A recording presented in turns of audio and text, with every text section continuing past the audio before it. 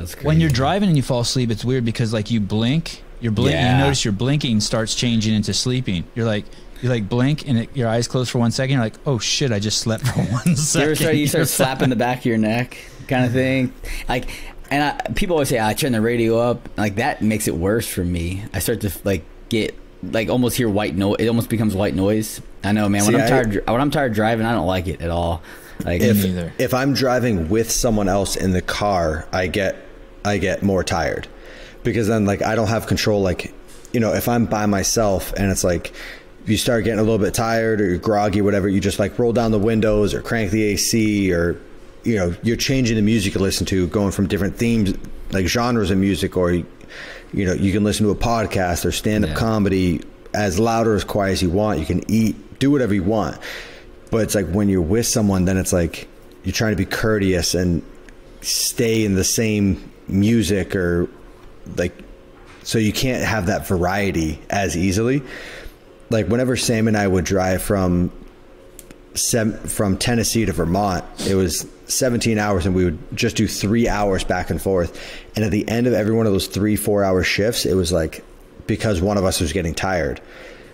When we did this drive the last time, we had to drive separately and we went 17 and a half hours straight, and it was way easier. How'd she do? She crushed, dude. She's done the drive multiple times. Like if I remember one year after regionals, we got back from regionals and I was like, all right, I'm heading back to Vermont for the summer. But there wasn't enough time. Like the games were pretty close. I think I had like 34 training days between regionals and the games. And I was like, I can't sacrifice one of those days being in a car. And so we packed up the truck.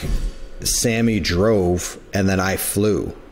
And she drove like 17 hours straight through by herself. So she's done the drive multiple times by herself. She's a champ.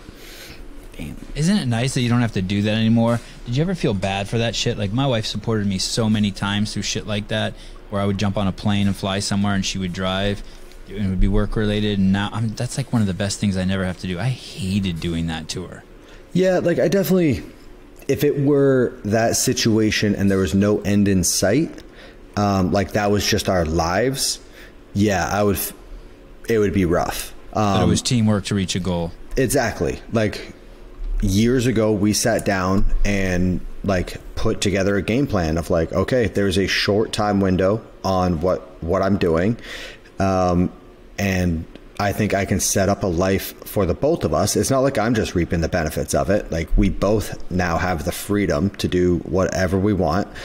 And so it was just a team effort, because we sat down and we both agreed like, okay, these are our goals and we're going to reach them by any means necessary. That means sacrifices on both sides. And I mean, I get it. I'll see the comments every once in a while of like, do another podcast, hurry up. You mean the thousands of those comments? No, not that. I don't care about those comments. No, but like somebody will see how Sammy and I interact and they'll kind of give me a hard time about it, of like, oh, what, like you don't do that. Like the one recently, like it was a picture of Sam and I walking on our farm and Sammy had an armful of eggs and I don't have anything. And people are like, well, you can't carry the eggs for your girl. I'm like, no, I don't need to. Like she is so independent that like the whole thing of like, if I opened a door for her, like opened her car door, she would be like, what the fuck are you doing? Like, no, I don't need you to do that. Like she runs her own business. She does all her own shit. Like if we're moving, like I don't need to call a buddy over to help pack boxes and move. It's like Sammy's putting on her boots. And if I'm moving a couch, I don't need to call a buddy. Like she's on the other end of the couch. You know, she's an incredibly strong, independent woman. And she's down to get her hands dirty. So, you know, it's just funny. Like I see some of the relationships or the way people comment online of like, oh, you should treat her better. I'm like, I treat her great, but there's certain things I don't need to cater to her. I don't need to, you know, do certain things to appease her. She does it herself. First and foremost, who the fuck is it those people's business anyways? How you fucking handle your relationship. Exactly, I fucking hate those people. They fucking drive me crazy. Everything Matt does, like, everything you do, Josh, is everyone's business. You're all confused, buddy. oh, you should open the door for your significant other. Oh, okay. What if I do?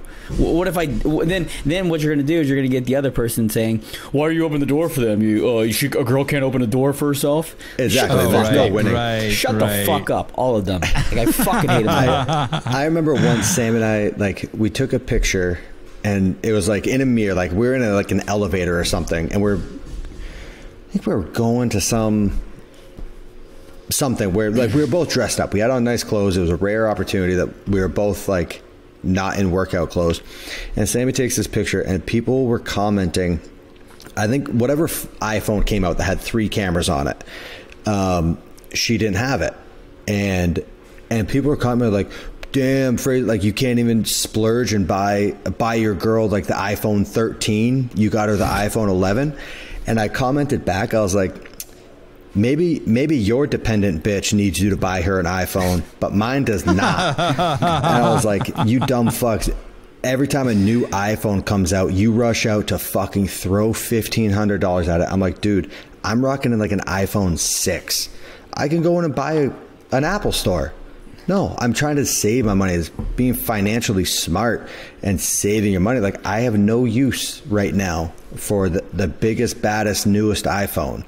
But I just thought it was hilarious that people were giving me a hard time. Like, you didn't buy your girl the newest iPhone? I'm like, no, I didn't buy her that iPhone. She bought that shit. Yeah. And it's like, because I have an independent woman that I never need to be worried about her.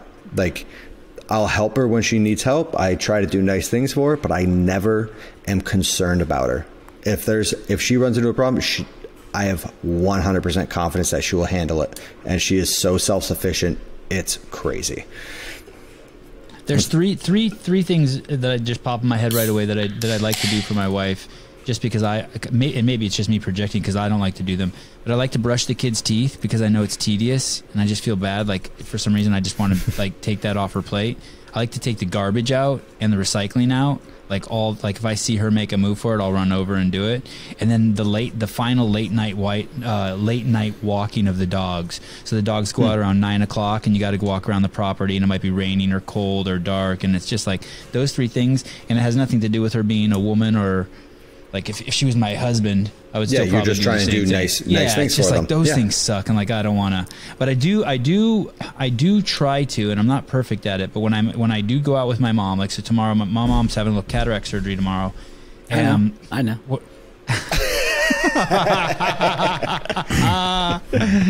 And since Josh is busy, I got to take her at 7:30. And Josh, just leave your door open. I won't make any noise. Thanks, man.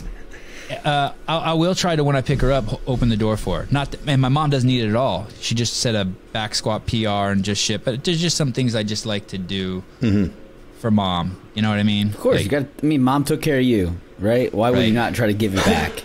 Yeah, I think in some form. And I enjoy it. It comes down to person to person. Like people, the most common thing I get asked is, like, on Sammy's birthday or, whatever holiday, they're like, oh, do you cook for Sammy?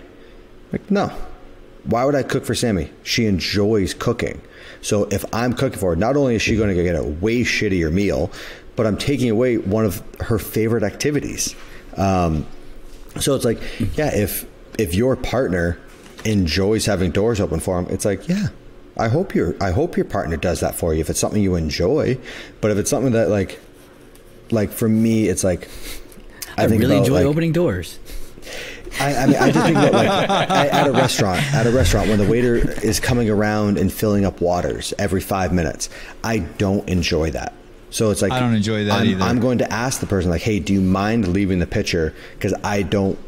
It's not that I'm like, I can do it myself. It's like, no, I don't enjoy you doing that, so please don't do it. But yeah, I mean, if there's certain things that your partner enjoys or doesn't like, it's like, well, yeah, accommodate to their wants and desires. Like, it's different person to person. There's some shit that I'm sure that you guys would love that I would hate, and it's like, yeah, because we're not the same person, so why would we be treated the same?